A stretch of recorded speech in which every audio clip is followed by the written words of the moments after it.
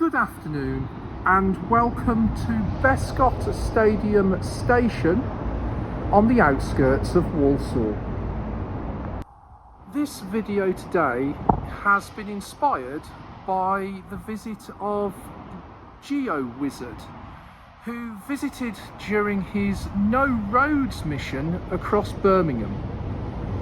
He came through Bescot and commented how surprising it was and the amount of footpaths around the area and how he must come back and explore them.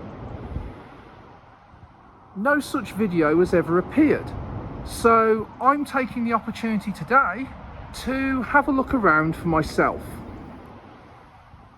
On each of the shots you will find in the bottom right hand corner a map.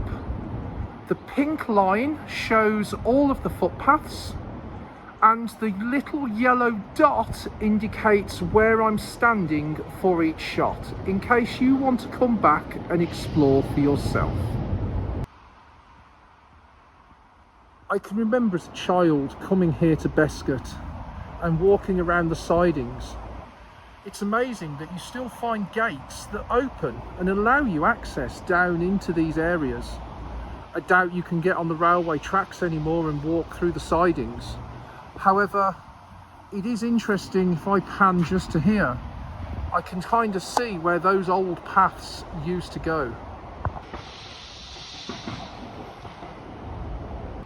I'm sure it's somewhere down this section to the left of the actual station itself, which is where me and my dad used to explore, picking up loco numbers and freight wagon numbers at the same time. Security, I guess, is a bit higher now, although the other side of that picket fence down there does appear to be a little pathway, so maybe you can still get through. And here is Bescot Yard in all its glory.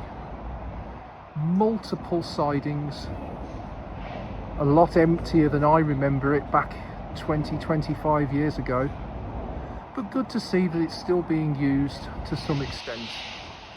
And then here in the foreground, Bescot Station mainly has passing trains going through it, but the occasional stopping unit coming in from Walsall from the north and Birmingham New Street from the south.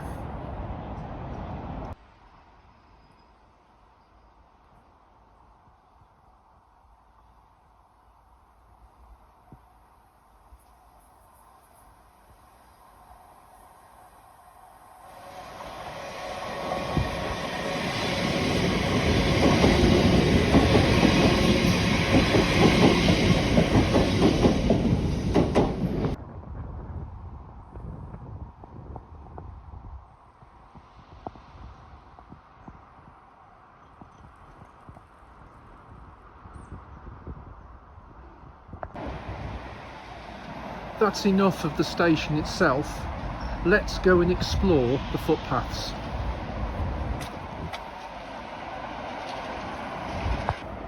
So we'll start by heading down this offshoot between the railway to my left and the motorway up to my right. I believe this path actually goes up level to the motorway in a second. Just as I thought, what appears to be concrete steps that lead up to the side of the motorway. So here are the steps heading up. However, there is another path heading off down here. I think I'll go up and over first. We'll have a look at that one in a bit.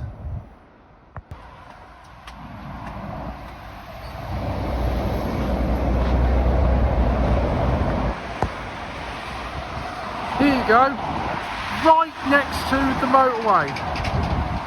I don't know many other places in the UK where you have a footpath at road level on a suspended motorway.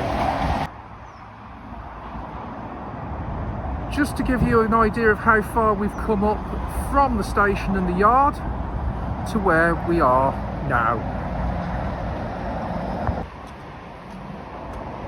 And now we're going to head back down into the depths of the undergrowth.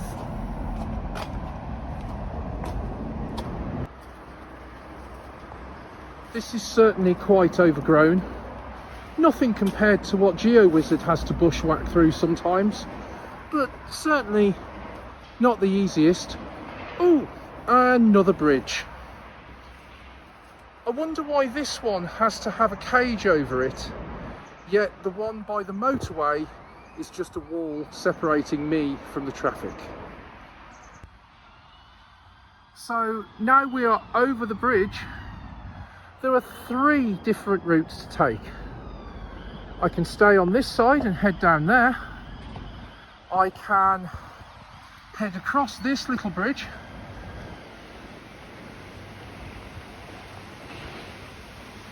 and then head down there, or I can head the other side of this tree and head down here, which is what I'm going to do. You are most definitely hemmed in by industrial Birmingham here. A big distribution depot on my left, a drainage stream to my right, the motorway, and just this little slither of line going through. There's also the railway there as well. I'm going to head up as far as the bridge in front of us. If I can't get any further, we'll turn around and see what's in the other direction. So we've made it all the way up to the bridge, and what we've found is this concrete culvert or reservation that leads off down the brook. You can just imagine GeoWizard using that on a straight line mission, trying to stay as close as he can to the line. As for this path, it just turns and keeps on going, so I'm going to let that disappear off into the distance, head back over the bit by the motorway and see where that other path goes.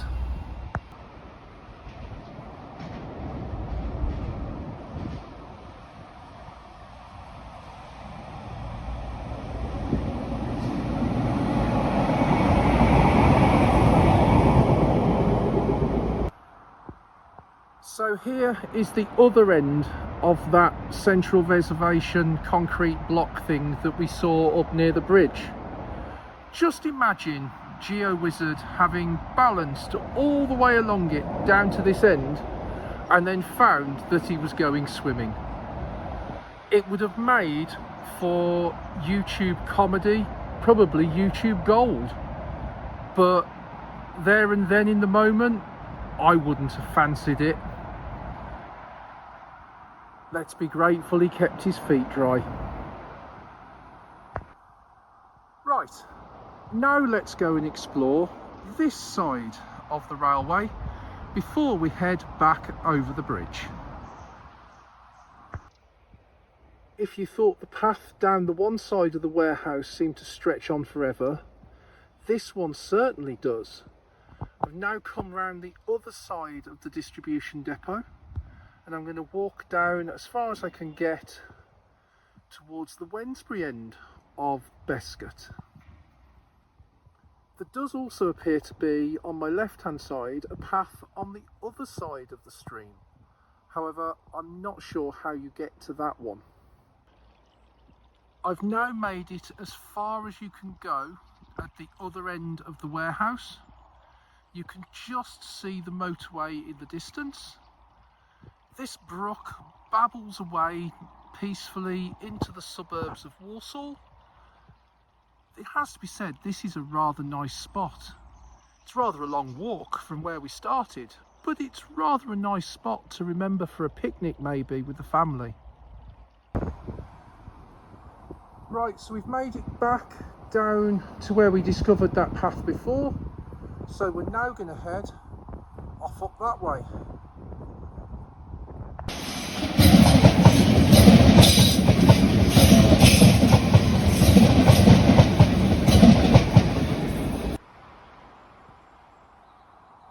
This way is certainly not one of the better used paths in this area. However, further up this way there are a few offshoots that I'd like to explore. So we've reached our first junction, The path to the right just heads up to a road in about 20 metres. However, the path to the left goes a bit further up and then, according to the map, actually tunnels underneath the railway. So I'm going to go and explore in that direction. This path certainly has not been walked in a long time. Well, that's a shame. This crossing has actually been closed since May the 2nd, 2024. I obviously was not looking at an up-to-date map. Seems like it's been shut for even longer if you look at the brambles on the other side. That would explain though why that path where I've just come from was so wild. There is a divert route available, however I'm not going to attempt walking all the way round just to see what's on the other side. Instead, I'm going to carry on further down this path and hopefully I can get back out onto the road. With the railway crossing being shut, I guess no one has any reason to come down here, which is why nature has taken over.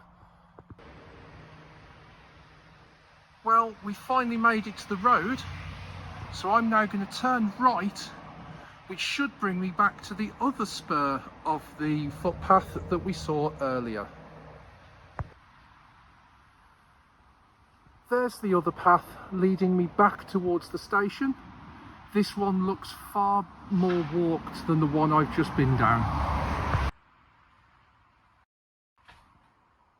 Actually, I take that back. After 20 metres of nice open grass, this path is just as overgrown as the last one. And just in case you're wondering, it's brought me back to that junction point that we saw earlier. Compared to some of the paths we've just been walking down, this one is far wider.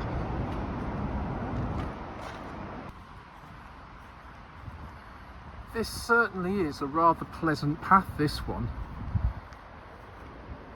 Lots of ducks playing in the river. So we've reached that little junction of paths. One path goes on down there to the river and further on again. I guess it comes out near Cambridge Parkway station. The other one though goes under here. On such a small path, that's a really strange sign to have. You're not going to get anything that tall down here, surely. And I can see the light at the end of the tunnel. So we'll pop up to the road wherever this comes out and then turn around.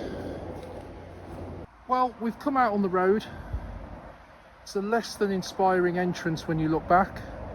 So I think I'm going to head back via the roads to the car park. Thank you for joining me on this tour of the footpaths around Bescot Station. I hope that you've enjoyed it. If you have, please like and subscribe. Thank you to GeoWizard for inspiring this video. And I hope that you'll all join me soon with another random station.